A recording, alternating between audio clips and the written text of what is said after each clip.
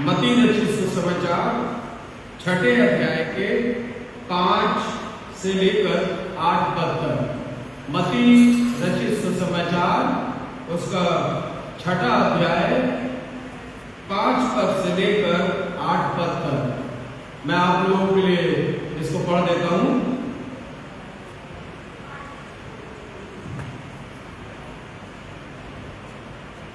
यहां इस प्रकार लिखा है, जब तू प्रार्थना करे तो कपटियों के समान ना हो, क्योंकि लोगों को दिखाने के लिए आराधनालयों में और सड़कों के मोड़ों पर खड़े होकर प्रार्थना करना उनको अच्छा लगता है।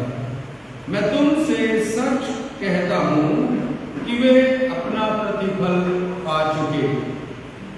जब तू प्रार्थना करे तो अपनी कोठरी में जा और द्वार बंद करके अपने पिता से जो गुप्त में है प्रार्थना कर।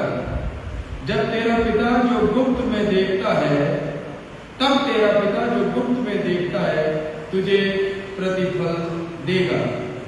प्रार्थना करते समय अन्य जातियों के समान बक बक ना करो, क्योंकि वे समझते हैं कि उनके बहुत बोलने से उनकी सुनी जाएगी। इसलिए तुम उनके समान ना बनो, क्योंकि तुम्हारा पिता तुम्हारे मांगने से पहले ही जानता है कि तुम्हारी क्या आवश्यकताएं हैं। परमेश्वर अपने वचन के पढ़े और समझाने पर आशीष दे। आमीन।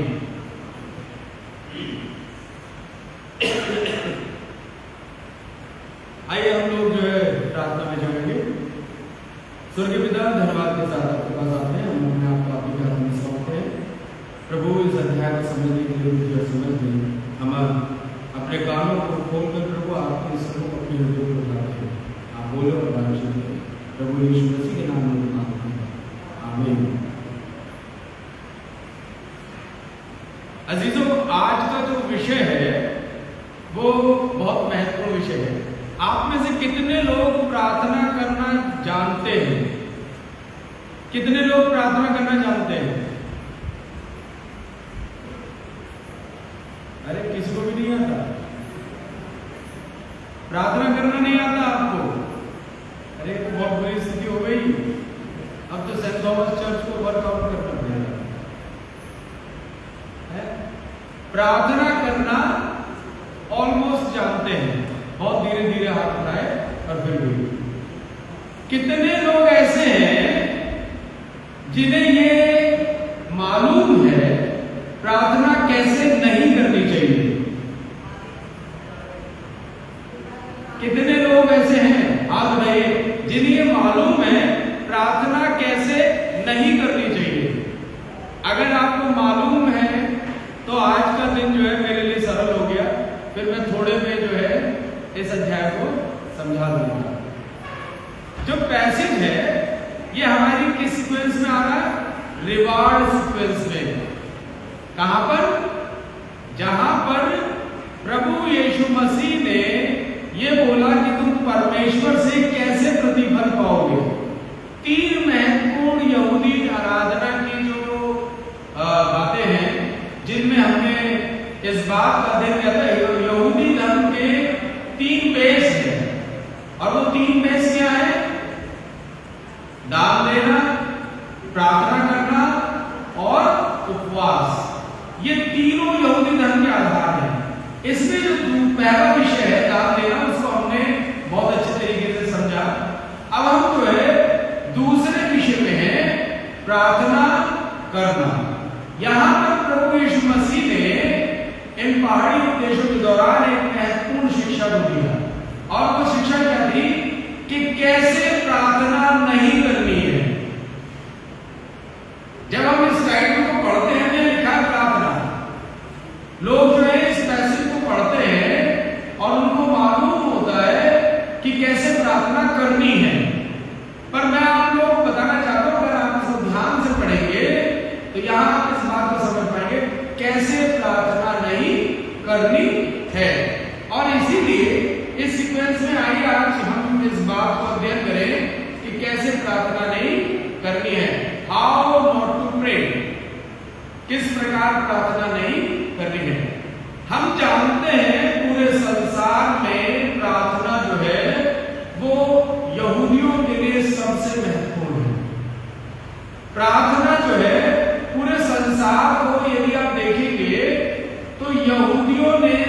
सिखाई है और यहूदी लोगों के लिए ये सबसे महत्वपूर्ण है। इतनी महत्वपूर्ण है कि उनकी लाइफ में कुछ भी हो जाए, उनकी प्रार्थना जो है, जो समय है प्रार्थना का, वो कभी भी नहीं टलता। बहुत मुकर्रर समयों पर और मुकर्रर प्रार्थनाओं को वो हमेशा करते रहते हैं। आप यहूदियों को देखेंगे, यरूशलेम में अगर अब भी आप देखें तो आपको यहूदी लोग माला जपते हुए, बुड़बुड़ाते हुए दिखाई देंगे। ये माला जपते हुए, बुड़बुड़ाते हुए, ये जो चीज है, ये क्या चीज है? आपने औरों को भी देखा होगा, बहुत लोगों को देखा होगा, पर आरंभ से अगर कोई चीज शुरू हुई तो यहूदियों से शुरू हुई, क्योंकि वो प्रार्थना को सबसे ज्यादा महत्व देते थे और प्रार्थना करते थे। वो प्रार्थना क्यों करते थे? क्योंकि यहूदी लोगों का कुछ मानना था। उनका मानना क्या था?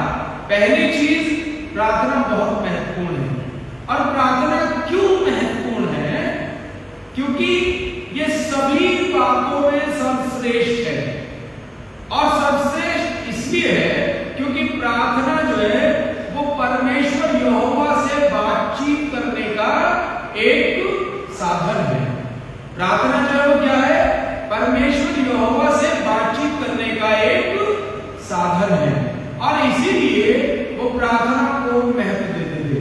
दूसरी चीज, उनमें एक कहावत मशहूर थी, और वो कहावत क्या थी कि जो व्यक्ति अपने घर में प्रार्थना करता है वो अपने घर के चारों तरफ लोहे से भी ज्यादा मजबूत दीवारों को बना लेता है। उसका घर लोहे से भी ज्यादा मजबूत दीवारों से घिर जाता है, जो व्यक्ति अपने घर में प्रार्थना करता है। इसीलिए आप ये देखेंगे कि जिस समय पर यहूदी लोग यरीहो से गुजर रहे थे, तो यरीहो की दीवार को गिराने के लिए उन्होंने जो है आराधना और प्रार्थना की। 6 दिन लगातार जो है वो प्रार्थना करते रहे, उस दीवार के चक्कर काटते रहे। साइलेंटली चक्कर नहीं काट रहे थे, पर प्रार्थना करते हुए चक्कर काट रहे थे। और 7वें दिन जो है प्रार्थना का जय घोष किया, और नतीजा ये रहा कि यरीहो की वो जो दीवार जो सबसे ज्यादा मजबूत थी वो अपने आप ढह गई। आप ये देखेंगे कि जिस समय पर मृत्यु का दूत होकर गुजरा, उस समय पर यहूदी लोगों के चारों तरफ एक ऐसी दीवार हो गई कि सबके पैरों में मारे गए, केवल उनके जो मेमने के लहू से ढके हुए, कवर्ड। हम लोग प्रार्थना करते हैं, प्रभु अपने लहू में हमें ढक ले। हम यही तो प्रार्थना करते हैं। तो हम ये प्रार्थना क्यों करते हैं? जिससे प्रभु हमें अपनी सुरक्षा में ढाक ले। परमेश्वर की दया और अनुग्रह और उसकी सुरक्षा हमारे ऊपर हो जाए, हमारे चारों तरफ एक ऐसी सराउंडेड वॉल हो जाए जो हमें सिक्योर करे, प्रोटेक्ट करे, हमें हर एक शैतानी चाल और मुसीबत से बचाए। यदि हम गिरे भी तो उसी वॉल के अंदर गिरे, परमेश्वर हमें संभाल के रखे किसी बहुत बड़ी मुसीबत और बहुत बड़ी दुर्घटना से, हमारी कलीसिया को, हमारे परिवार को बचाए। यही प्रार्थना है। प्रार्थना क्या है? इन्हीं को प्रार्थना बोलते हैं। और इसीलिए यहूदियों में प्रार्थना का बहुत महत्व है, और इसीलिए प्रार्थना जो है प्रभु यीशु मसीह के द्वारा सिखाई गई। शुरू का जो पैसेज है जो आज हमने पढ़ा है, वो पैसेज बताता है कि प्रार्थना किस प्रकार नहीं करनी चाहिए। क्यों? इस बात को समझना बहुत जरूरी है, क्योंकि बहुत बार प्रार्थनाएं जो है वो क्या हो जाती है? हमारी मंशा को गलत कर देती है। जो प्रार्थना का प्रतिफल हमें मिलना चाहिए, वो प्रतिफल हमको नहीं मिलता, और उसका नतीजा ये होता है कि हम अपने क्रेडिट को खो देते हैं। क्यों? क्योंकि हमें नहीं मालूम किस तरीके से प्रार्थना करनी चाहिए। अगर हमें ये मालूम होता किस तरीके से प्रार्थना करनी चाहिए तो हमें पूरा प्रतिफल मिलता। तो इसीलिए सबसे पहली चीज जो आज के दिन सीखने के लिए हुई है कि हमें किस प्रकार प्रार्थना नहीं करनी है। अगर आपको प्रार्थना के विषय में सीखना है कि एक्चुअली में यीशु मसीह किन बातों के विषय में कह रहे हैं, जब आप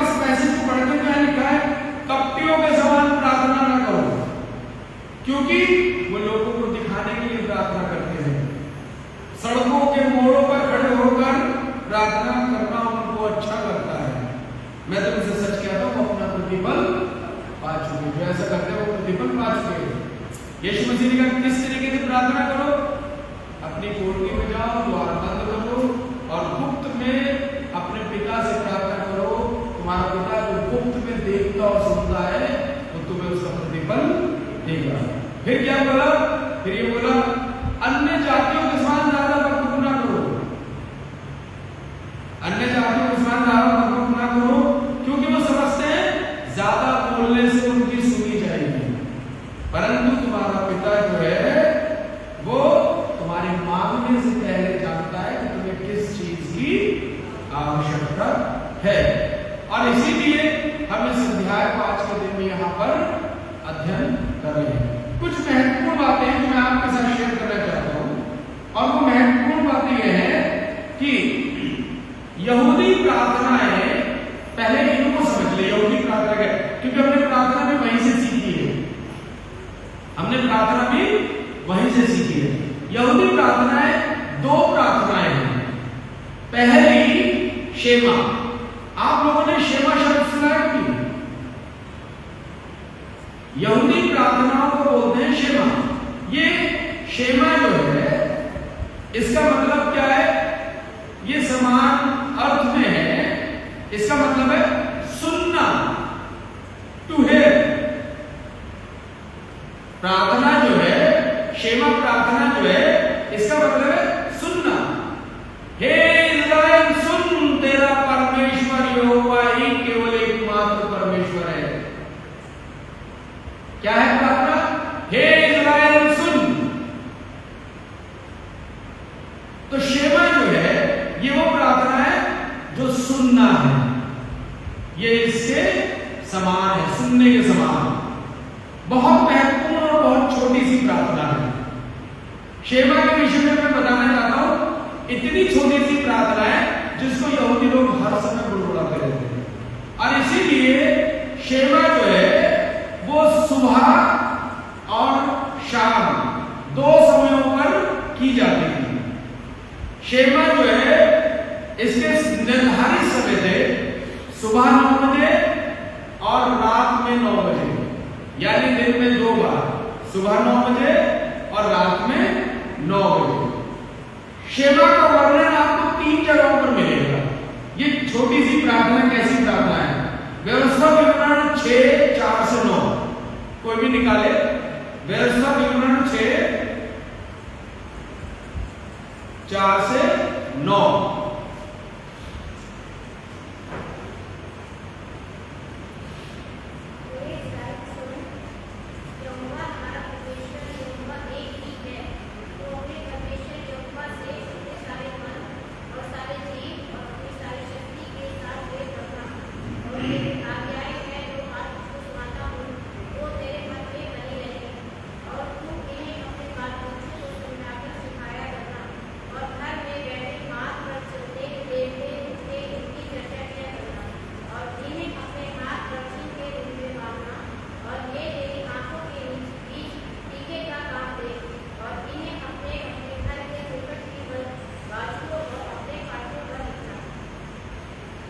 शेमा क्या है?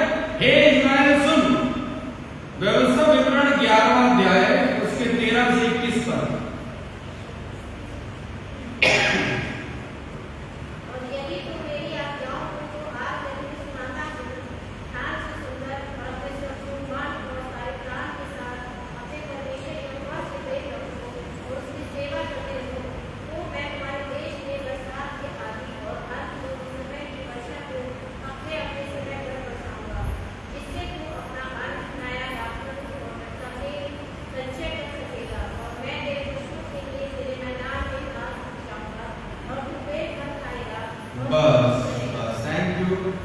तीसरा है गिनती 15:37 से 41।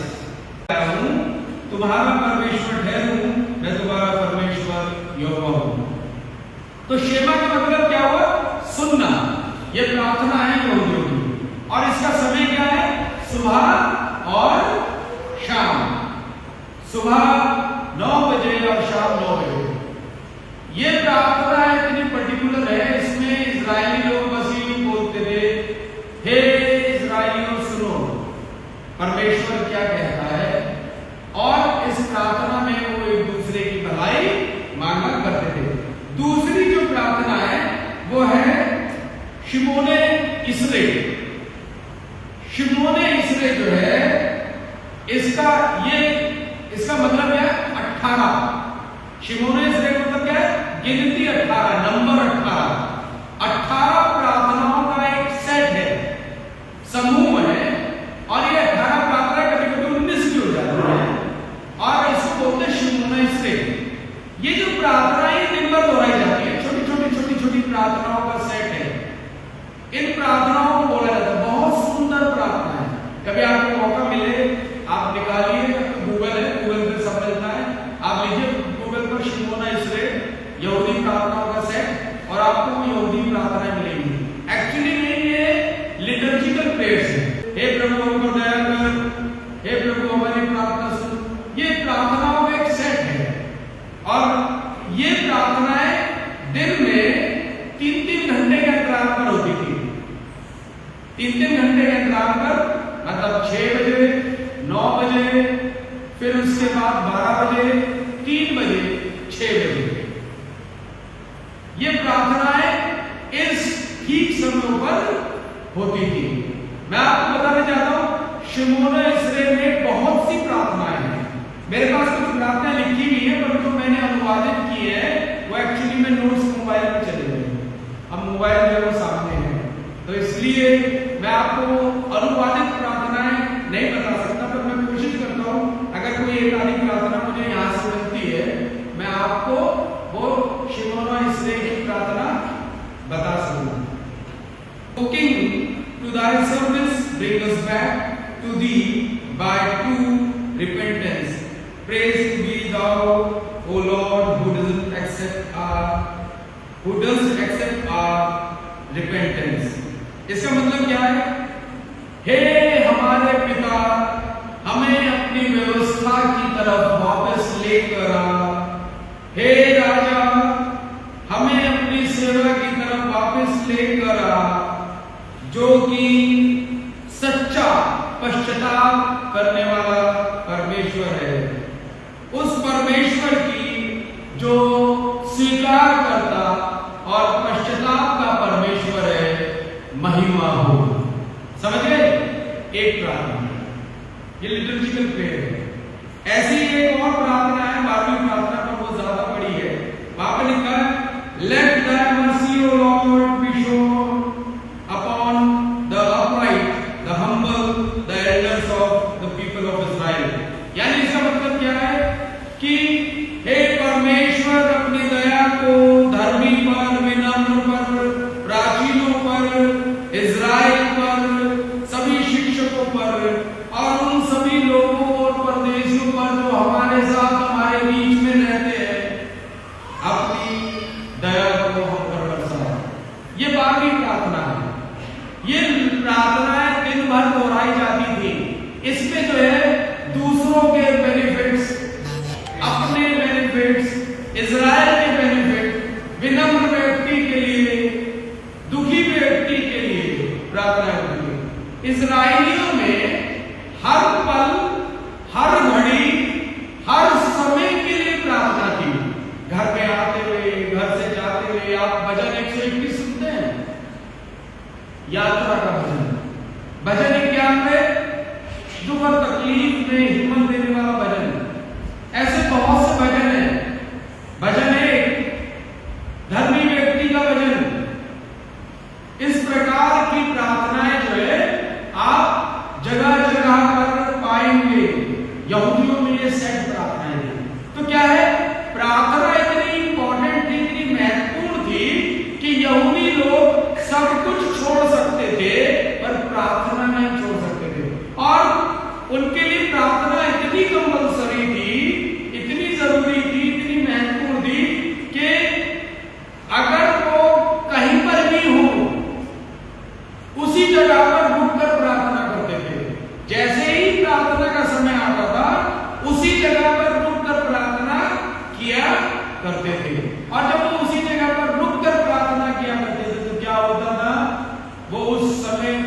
बड़े ही समर्पण के साथ उसी स्थान पर जहां पर वो है प्रार्थना में व्यतीत करते हैं। यहूदी लोगों के लिए प्रार्थना का ये वाला महत्व था और इसीलिए प्रार्थनाओं के निर्धारित समय थे। पर आपको पता है प्रार्थना के विषय में जो महत्वपूर्ण बात थी उसमें कुछ दिक्कतें थी। दिक्कतें क्या थी? सबसे पहली दिक्कत ये थी कि प्रार्थना जो है बहुत बार जो है अपने महत्व को खो देती है जब वो जरूरत से ज्यादा होने लगती है, और यहीं पर एक डर उत्पन्न होता है। और वो डर क्या है कि प्रार्थना ज्यादा फॉर्मल हो जाती है, पर प्रार्थना में जो डिवोटीनेस है यानी परमेश्वर के लिए जो समर्पण है वो समाप्त होने लगता है। उसी का खतरा जो है उत्पन्न हो जाता है। और इसीलिए अगर आप देखें जो यहूदी प्रार्थनाएं हैं उनमें जो सबसे बड़ा खतरा जिसका यहूदियों को सामना करना पड़ रहा था वो ये था कि हर समय की प्रार्थना के चक्कर में प्रार्थना का जो महत्व होना चाहिए वो कम हो रहा था। और प्रार्थना का महत्व क्या है?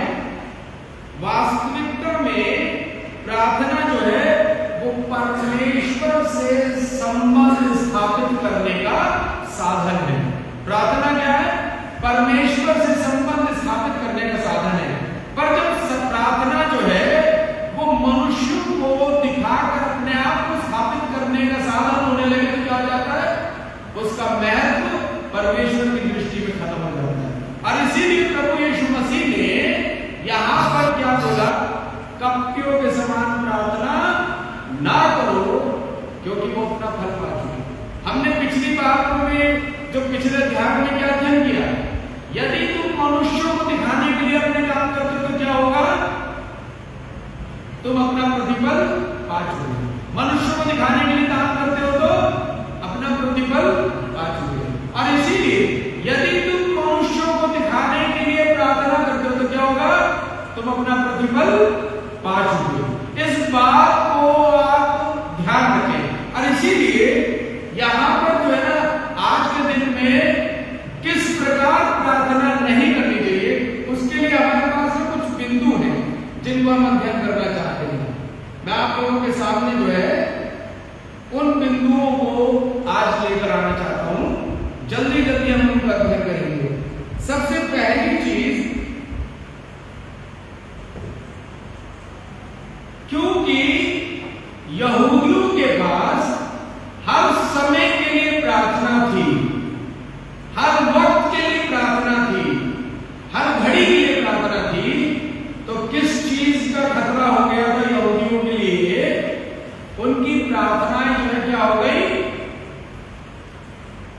पर प्रार्थनाएं फॉर्मल हो गई, औपचारिक हो गई। हर समय के लिए एक सेट प्रार्थना दी तो क्या हो गई? औपचारिक हो गई। हम भी अगर हर समय के लिए सेट प्रार्थना रखते हैं तो क्या हो जाती है? हमारी प्रार्थना औपचारिक हो जाती है। बहुत बार आपने देखा होगा एक प्रार्थना तो बहुत औपचारिक होती है। कौन सी प्रार्थना औपचारिक होती है? आप सब बता सकते हैं? खाने की प्रार्थना, रोटी पर रोटी दे आदमी, बहुत जल्दी जो है खाना है, भूख लग रही है, तो क्या हो गया? खाने का महत्व ज्यादा दिख रहा है क्योंकि भूख बहुत ज्यादा लग रही है, तो जल्दी से क्योंकि प्रार्थना करनी है तो जल्दी से प्रार्थना करें, हे प्रभु इस खाने पर आशीष दे आमीन। प्रार्थना करनी है, प्रार्थना औपचारिक हो जाती है, रटाई होने लगती है। बहुत बार जो है शब्द जो है हमारी जुबान पर बस टिके रहते हैं, बोलते हैं और चल देते हैं। वो तो अच्छा है, भला है, हमारा परमेश्वर बहुत शानदार है। हम भले ही औपचारिक हो जाएं पर वो औपचारिक नहीं होता। हम भले फॉर्मल हो जाएं पर परमेश्वर फॉर्मेलिटी नहीं करता, वो सुनता है। तो प्रार्थना का एक अर्थ क्या भी है? क्षमा का अर्थ क्या है? सुनना। सुनना किसका? दोनों में। प्रार्थना में सुना जाता है किसका सुना जाता है? जो बोलता है। और प्रार्थना जो है टू वे कम्युनिकेशन है, वन वे नहीं। और यदि टू वे कम्युनिकेशन को तो जानते हैं, जब मैं प्रचार करता हूं तो ये कौन सा कम्युनिकेशन है? One way. बस मैं बोल रहा हूं और आप सुन रहे हैं। और जब मैं बोलता हूं और बस आप सुनते हैं तो क्या होता है? सब भूल जाते हैं, बाहर निकलते हैं। वो गेट खुला, सब यहां से बाहर तेजी से ऐसे निकलता है जैसे कि एक प्रेशराइज बैलून में आप पानी भरिए और एक सुई मारिए, पतली सी धार तेजी से निकलती है ना, ऐसे ही सारा मैसेज आपके दिमाग से गेट के खुलते निकल जाता है, क्योंकि आप सुनते हैं। संदेश सुनने के जो दीवाने होते हैं, मैं उनको बता दूं, आप में डेंजर होता है बहुत बड़ा, कि जितना आपने सुना है वो उस बैलून में यानी गुब्बारे में जो पानी भरा होता है, जब वो फूटता है ऐसे ही मैसेज भी बाहर निकल के गायब हो जाता है। बहुत ज्यादा मैसेज सुनने वालों को मैसेज मालूम नहीं होते। इसीलिए जब औपचारिकता आने लगती है तो समझे, देखे और समझे। यहूदियों में इस बात का डेंजर था। बहुत ज्यादा प्रार्थनाएं हो जाने से औपचारिकता का खतरा होने लगा। दूसरी चीज जो थी वो क्या थी? सेट टाइम ऑफ प्रेयर, यानी प्रार्थना के निश्चित समय। यहूदियों में हर समय निर्धारित थे। सुबह 6 बजे प्रार्थना, 9 बजे प्रार्थना, 12 बजे प्रार्थना, 3 बजे प्रार्थना, फिर 6 बजे प्रार्थना, फिर रात में 9 बजे प्रार्थना। सुबह 9 और शाम को 9 बजे तो शेमा है, और नहीं तो शिमोने इसलिए पूरा दिन चलती है। और सबसे बड़ी समस्या क्या है? जैसे ही प्रार्थना का सेट टाइम आया, जहां पर भी मौजूद है यहूदी वहीं रुक जाता था। इनके लिए दुनिया रुक जाती थी, स्टॉप। आपने कभी प्रार्थना के लिए लगाई जैसी समय आता है डंग का घंटा बजते ही किसी को देखा रुकते हुए? हम लोग तो, हमारा भी तो सेट टाइम है, पर यह है हम ज्यादा आजाद हैं। हम केवल संडे में एक दिन मिलते हैं, उसमें भी बेचैनी के साथ। बेचैनी होती रहती है, आपको नहीं पता होगा, मुझे पता है, क्योंकि मैं सबको हिलते मिलते देखता रहता हूं। तो क्या चीज है? Set time of prayer. बिल्कुल सेट टाइम ऑफ प्रेयर हो जाने से भी प्रार्थना क्या हो जाती है? औपचारिकता जीवन बढ़ जाती है। इसमें क्या खतरा हो जाता है? इसमें खतरा ये हो जाता है कि जो प्रार्थना है वो जो है ना, परमेश्वर से मिलने का समय नहीं रहती, बल्कि समय पर उस बात को पूरा करने की जल्दी होने लगती है। कभी कभी कुछ काम ऐसे होते हैं जो हमें निपटाने होते हैं, पर क्यों? क्योंकि हमारे ऊपर प्रेशर है, इसलिए पहले उसे करना है, फिर उसके बाद कुछ और करना है। तो क्या चीज है? परमेश्वर। मैंने आपको बताया, प्रार्थना परमेश्वर से मिलने का साधन है। जब प्रार्थना के लिए जाना तो आनंद से जाए, उछलते हुए जाए। हम किसके पास जा रहे हैं बात करने के लिए? परमेश्वर से मिलने जा रहे हैं। परमेश्वर का ख्याल भी नहीं है। अगर आपके मन में परमेश्वर से मिलने के लिए परमेश्वर का ख्याल भी नहीं है, तो फिर आप परमेश्वर के पास करने क्या आए? इस भवन में करने क्या आए? कहीं पर भी प्रार्थना के लिए गए तो क्यों गए? कभी इन बातों को सोचा है? यही एक खतरा था यहूदियों में कि टाइम सेट हो जाने से लोग बहुत ज्यादा फॉर्मल और औपचारिक होते चले गए। तीसरा खतरा, कैसे प्रार्थना नहीं करनी है? Set place. आपको पता है संसार में एक बहुत बड़ी समस्या है। लोगों का यह मानना है कि कुछ जगहें बड़ी धर्मी है, सिद्ध है, पवित्र है। मैं आपकी गलतफहमी को दूर कर दूं, पृथ्वी पर कोई भी जगह पवित्र नहीं है। अब आप कहेंगे आपने तो ये बहुत गलत स्टेटमेंट बोल दिया। पृथ्वी तो दंड भोगने की जगह है मनुष्यों के लिए। अगर यहां पर पवित्र जगह हो गई तो फिर स्वर्ग की आस क्यों रहेगी? लोग स्वर्ग की तमन्ना क्यों करेंगे? फला जगह पर जाओ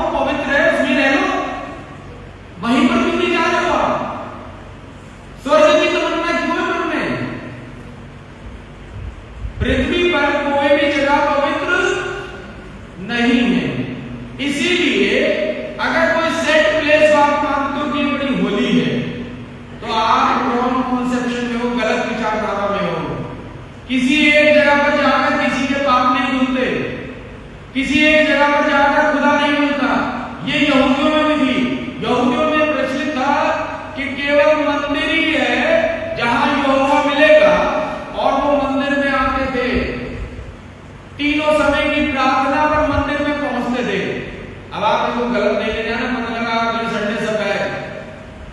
तो लोगों ने बोला चर्च तो होली नहीं है, कोई भी जगह होली नहीं है, इसलिए चर्च से सब लोग गए। पर आप इस बात को ध्यान से सुनना, लोग तीनों टाइम की प्रार्थना के लिए मंदिर जाते थे। प्रेरितों के काम उसके 3रे अध्याय और उससे पहले का लिखा है, चेले जो है प्रार्थना के समय पर मंदिर जा रहे थे। कौन? पतरस और यूहन्ना।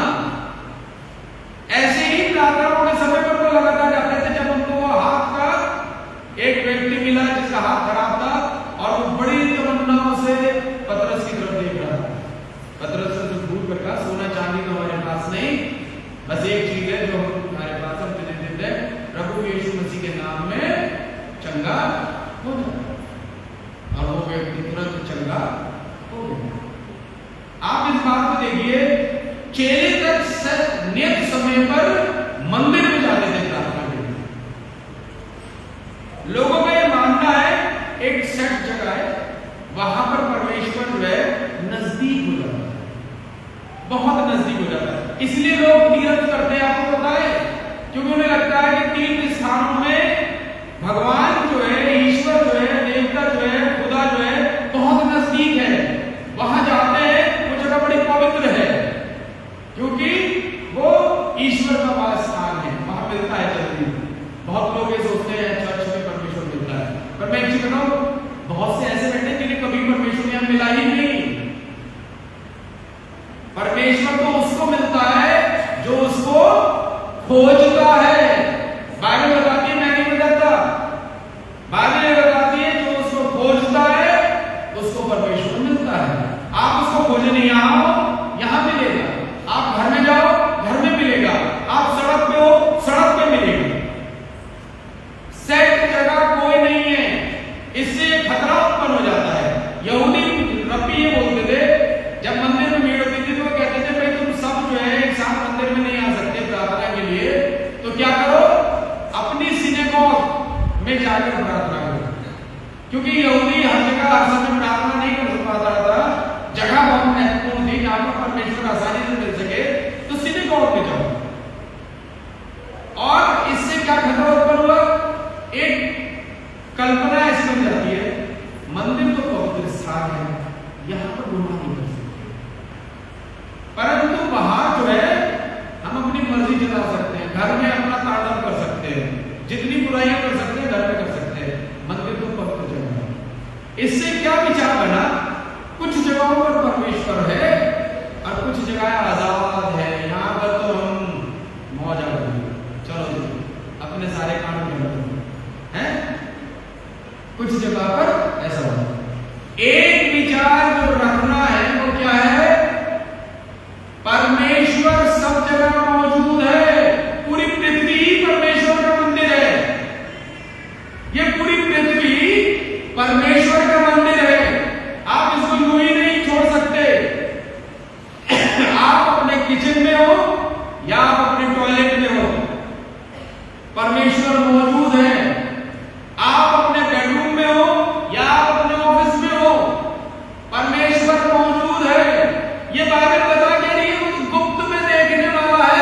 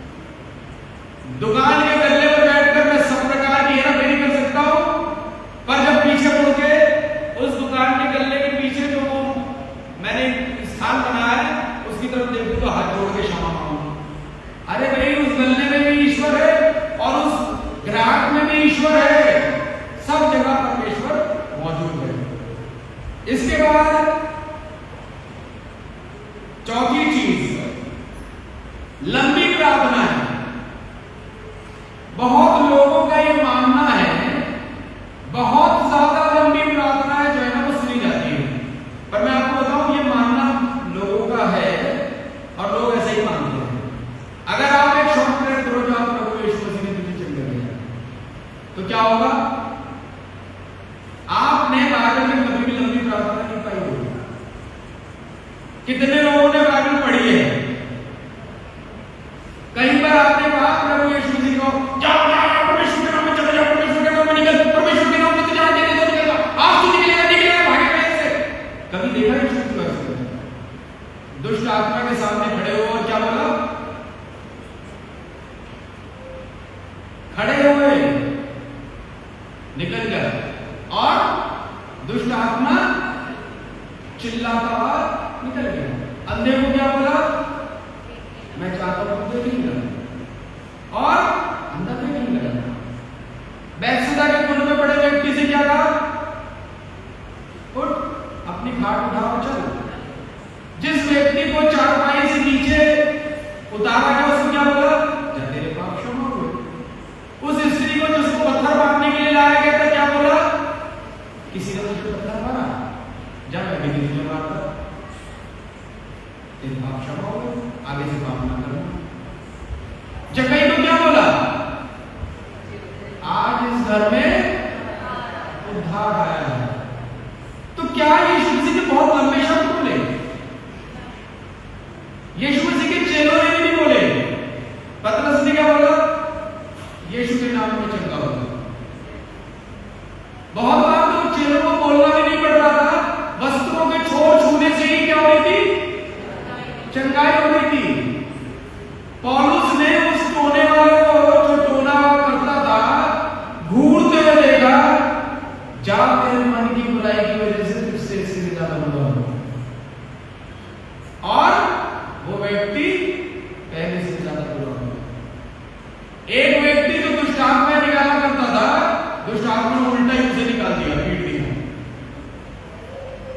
आपको पता है यीशु मसीह कहता है बकबक नहीं, बहुत बकबक नहीं। बकबक पता कहां पर होती है? आइए मैं बाइबल में आपको पढ़ाकर सुनाता हूं। निकालिए पहला राजा 18वां अध्याय 26 पद से पढ़ेंगे।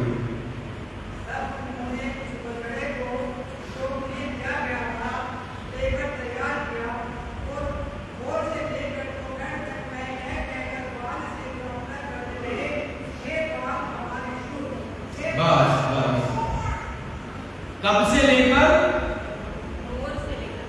भोर से लेकर दोपहर तक, सुबह से लेकर दोपहर तक चिल्लाते रहे और क्या कहते रहे? प्रार्थना करते रहे, हे बाल हमारी सुन। और एलिया ने क्या प्रार्थना करी? 18वें अध्याय के 37वें पद में,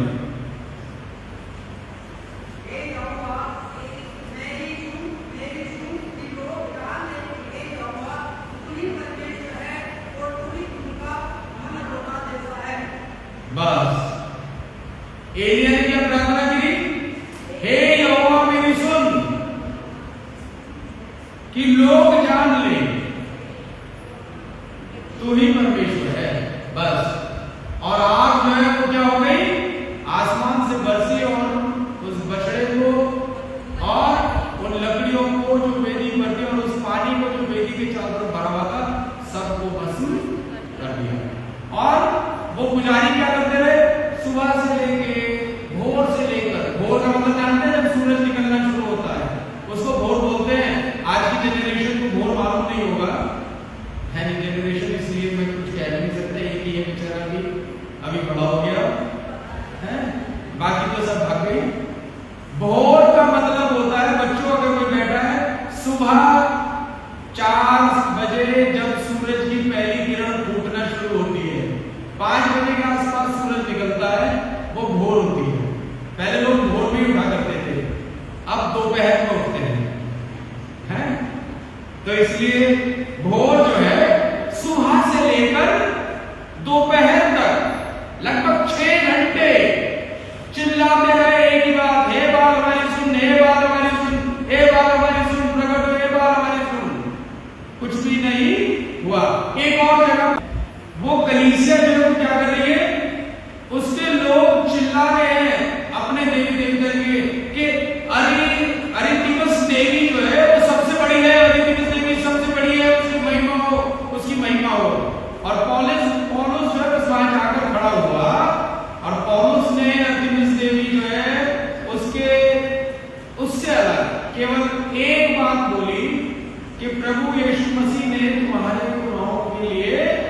अपने लोगों को बहाया है और बहुत से लोगों के हृदय उस से छिद गए और वहां पर परमेश्वर की कलीसिया की स्थापना हो गई। नए नियम में भी हम इस बात को पाते हैं कि लोग जो है चिल्लाते हैं, बहुत से लोग जो है बहुत चिल्लाते और बहुत गुड़गुड़ करते और बहुत लंबी प्रार्थनाएं करते हैं। इसके बाद जो है लंबी प्रार्थनाओं से क्या नुकसान होता है? लोग लंबी प्रार्थनाएं क्यों करते हैं? क्योंकि लोगों को ये लगता है कि ये जो लंबी प्रार्थनाएं सुनी जाती है परमेश्वर के सामने और इनका उत्तर बहुत जल्दी मिलता है, इसीलिए लोग लंबी लंबी प्रार्थनाओं को करते हैं। जबकि परमेश्वर का वचन कहता है बहुत लंबी प्रार्थना से परमेश्वर नहीं सुनता, बल्कि परमेश्वर उन शब्दों को सुनता है जो हृदय से निकलते हैं। टूटे हुए मन की प्रार्थना को परमेश्वर कभी अनसुना नहीं करता, ये बाइबल बोलती है। इसलिए अगर आपका हृदय छिदा है, आपका हृदय टूटा है, आप परेशान हैं, आप दुखी हैं, आप दो शब्द भी बोलेंगे परमेश्वर उनको सुनेगा। पर यहूदियों में ये समझा जाता था बहुत लंबी प्रार्थना करने से, बहुत लंबा बोलने से जो है प्रार्थना सुनी जाएगी। और इसीलिए भजन 106:2 और सबोपदेशक 5:2 ये भी पढ़े। भजन 106:2 और सबोपदेशक 5:2 जल्दी से निकाल कर पढ़े।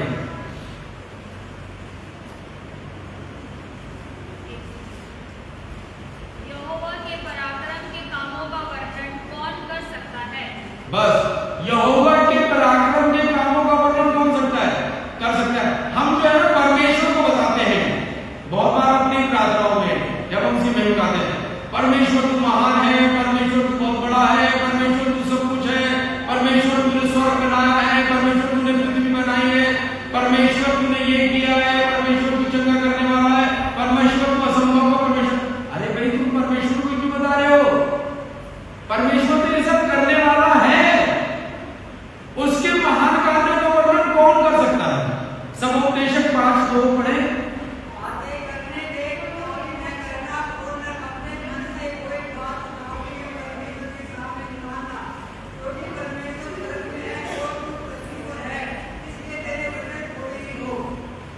क्या कहते हैं? परमेश्वर स्वर्ग में और तू पृथ्वी पर है, इसलिए तेरे वचन थोड़े हो, बातें करने में बहुत उतावली मत करना, बड़े बड़े शब्दों को मत बोलना, क्योंकि तेरे वचन जो है वो मूल्यवान नहीं, बल्कि परमेश्वर की महिमा जो है वो बड़ी है। और आखिरी चीज, पांचवी चीज क्या है? रिपीटेशन। रिपीटेशन मिलेगा आपको। पहला राजा 18:26 इसमें हमने पढ़ दिया। बार बार दोहराना एक ही चीज को। आपने बहुतों की प्रार्थनाओं में सुना होगा, एक ही चीज को दोहराते रहते हैं। रिपीटेशन। पेटू के काम 19:34 मिल गया, रेफरेंस मैंने लिखा था, वरना वो यहां से निगाह नहीं जाएगी। 19:34 पेटू के काम 19:34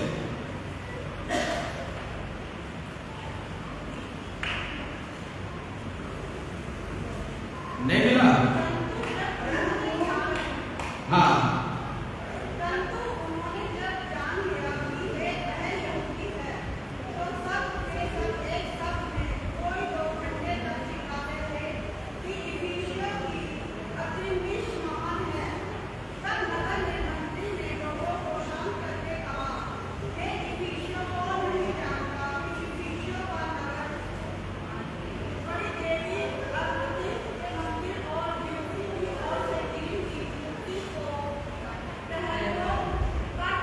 क्या चीज बता रहे हैं?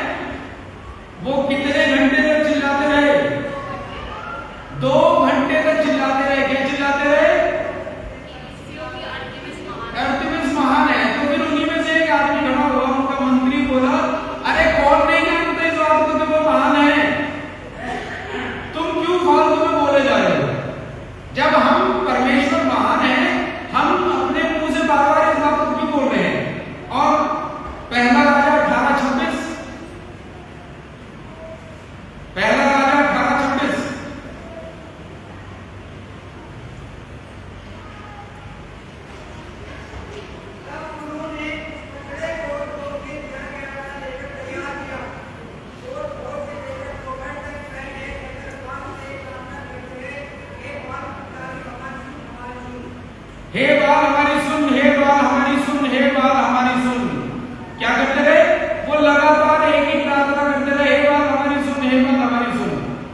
दोपहर तक।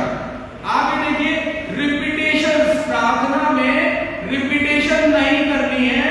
परमेश्वर जो है इस चीज को पसंद नहीं करता, क्योंकि बार बार रिपीटेशन होने से प्रार्थना महत्व को खो देगा। प्रभु कहते हैं भाई सुन तो रहा हूं, बोल तो प्रार्थना में रिपीटेशन नहीं करनी। आखिरी चीज, लोगों को दिखाने के लिए प्रार्थना। आपको पता है यहूदी लोगों की समस्या क्या थी? जहां चलते थे, चलते में क्या करते थे? चलते हैं, जा रहे हैं, जाते हुए ना जगह आई, यहां देखो बहुत ढेर सारे लोग अटक गए। प्रार्थना का समय आया, फिर हाथ उठा के हे यहोवा हम तेरे सम्मुख प्रार्थना करते हैं, और एक शुरू ने इसलिए बोलना शुरू कर दिया। पब्लिक में लोग देखें, कुछ लोग दिखाने के लिए बहुत शानदार प्रार्थना करते हैं। जब हम कॉलेज में पढ़ते थे, एक जोड़ा था, आप उनका दरवाजा सुबह खटखटाइए 7 बजे, ओह ब्रदर आई वाज प्रेइंग। आप दरवाजा थोड़ी देर बाद खटखटाइए, ओह ब्रदर आई वाज प्रेइंग। दोपहर में जाइए, ओह ब्रदर आई वाज प्रेइंग। रात में जाइए, ओह ब्रदर आई वाज प्रेइंग। अरे इतनी प्रार्थना, इतनी प्रार्थना। हम लोग कहते थे खाना कब बनाता भाई, क्योंकि स्टूडेंट था साथ का कॉलेज में, दोनों पति पत्नी थे, बैक क्वार्टर में रहते थे। ओ ब्रदर वी वर प्रेइंग। अरे तो खाना कब बनाते हो, बाकी और काम कब करते हो? हर समय प्रार्थना। क्या चीज थी? दिखाना। आपको पता है लोगों को दिखाने के लिए बहुत से लोग प्रार्थना करते हैं। मैंने ये देखा, जब आप कन्वेंशन में जाते हैं, आपको नहीं पता, पादरी लोगों को बता रहा हूं, जब पादरी लोग जाते हैं सुबह उठ गए 6 बजे, बैठे गए, फिर मैं सर की, अरे पादरी साहब क्या बताऊं, आदमी सही है, तो बराबर में टेढ़ा आदमी है, आप सावधान हैं, बिशप साहब बहुत बुला हुआ है, बुराई शुरू। फिर थोड़ी देर बाद हे प्रभु तू ही बचा, हे प्रभु सबका भला कर। थोड़ी देर बाद जैसे निकला कोई, इसको ये ना मानो, इसकी बड़ी गंदी आदत है, पॉलिश मांगने आएगा, तेजी मांगने आएगा, अभी साथ में मांगेगा। मतलब इतनी प्रार्थना भी कर रहा है। लोग स्पेशली कॉन्फ्रेंस में, कन्वेंशन में दिखाने के लिए बैठते हैं घुटनों पर। आप गए नहीं इसलिए आपको शायद मालूम नहीं होगा, आपको लोग दिखेंगे दिखाने की प्रार्थना। मेरे तो पत्नी ने भी आज तक मुझे प्रार्थना करते देखा, आप पूछ लीजिए। शुरू में तो बड़ी दिक्कत थी, मेरे घर वाले बहुत से लोग सोचते थे। फिर मैंने अपनी पत्नी को बताया, जब मैं सहारनपुर से देहरादून जा रहा हूँ या रस्ते में होता हूँ ना, तो पूरा समय मेरी परमेश्वर से बातचीत चलती है। एक्चुअली में मेरी प्रार्थना जो थी ना, और आज भी है, बातचीत है परमेश्वर से। बातचीत करते रहो। आप हर समय परमेश्वर को बोल सकते हैं। मेरे जीवन के कुछ उदाहरण ऐसे हैं कि एक बार पहले की दौर की बात बता रहा हूं, मम्मी की सैलरी जो है ना, कभी भी टाइम पर नहीं आती थी, और कभी 2 महीने लेट, कभी 3 महीने, बहुत दिक्कत। मैं साइकिल पे जा रहा हूं, मम्मी ने कहा लेसन तू पासबुक लेके जा और देख सैलरी आई नहीं आई। 3-4 दिन से रोज चक्कर काट रहे थे, बेचारे मास्टर लोग आते थे।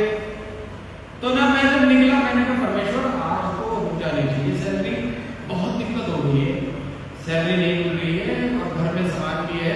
उस समय तनख्वाह बहुत छोटी सी थी, 6-7 हजार रुपए की तनख्वाह थी।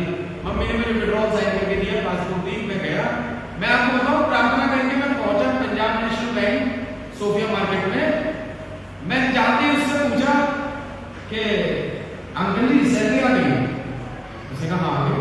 सबसे पहला व्यक्ति मैं था पासबुक देने वाला, और थोड़ी देर बाद इतनी लंबी लाइन के सब बैंक के बाहर। मैं परमेश्वर को धन्यवाद देता हूं। आप बात करते हुए चलिए परमेश्वर से, क्योंकि प्रार्थना तो टू वे कम्युनिकेशन है ना। और बात करने के बाद रुकिए, सुनिए भी तो, सुनने का भी तो समय है। पता लगा आप यहाँ बोले जा रहे, प्रचार नहीं कर रहे आप परमेश्वर को, आप बात कर रहे हैं। बात करके रुकिए, सुनिए, परमेश्वर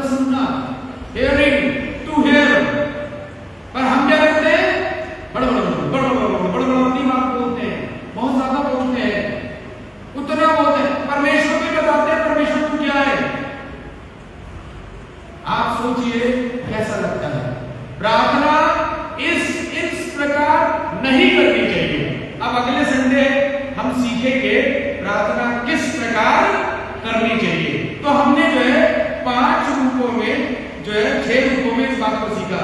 सबसे पहली चीज प्रार्थना का जो है क्या होता है, हर समय प्रार्थना करनी चाहिए।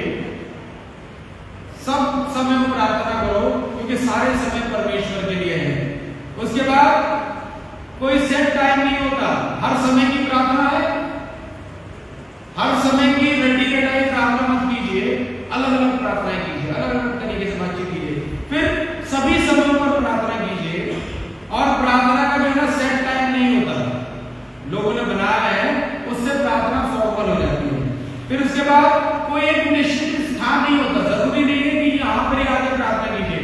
मन की शांति चाहिए, आइए ये जगह आपको प्रोवाइड कराएगी कोई स्पेस जहां पर आप अपने आप को अकेला महसूस करके परमेश्वर से बातचीत कर सकते हैं। सप्ताह के बीच में प्रार्थना करनी है, कंवरपाल जी को फोन कीजिए कि मैं आज प्रार्थना करने के लिए आऊंगा, थोड़ा सा आप चर्च उपलब्ध करवा दीजिए, वो आपको चाबी देंगे, आप अंदर आइए, दरवाजा बंद कीजिए, यहाँ बैठिए, यहाँ प्रार्थना कीजिए।